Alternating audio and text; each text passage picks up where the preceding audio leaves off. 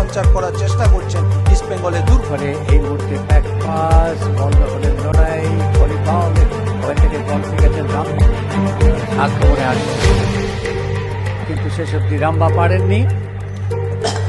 আমরা বলতে পারি যে গোল আসেনি, কিন্তু গোল আসার মতো পরিস্থিতি তৈরি হচ্ছে। ওদিকে আবার ফ্রি বিনয় জর্জ পাখির চোখ করেছেন এই তরুণ ফুটবলারদের নিয়ে, এবং দেখার বিষয় যদিও একটা পরীক্ষামূলক ব্যাপার হয়েছে। বলতে বলতে একটা ডান পায়ের শট ছিল, চেস্ট ট্র্যাপে বলটাকে নামিয়ে নিজ চকিতে কিন্তু ওই শটটা নিয়েছিলেন কিন্তু ওই বম্বা, এবং দেখতে খুব ভালো লেগেছিল। বলটা যদি গোলের মধ্যে থাকতো তাহলে কিন্তু অবশ্যই সুরিয়াস জয়সওয়াল কঠিন পরীক্ষার সামনে পড়ে যেত।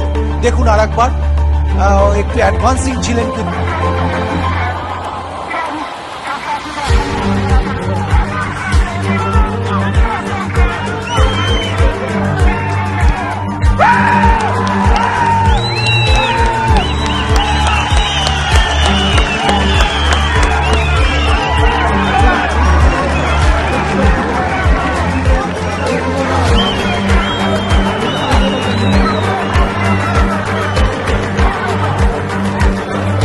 যদিও অনেক উত্থান পতন থাকবে, কারণ সুপার সিক্সের যে তিনটি দল এসছে এরিয়ান, খিদিরপুর এবং ভবানীপুর, তারা কিন্তু কড়া চ্যালেঞ্জ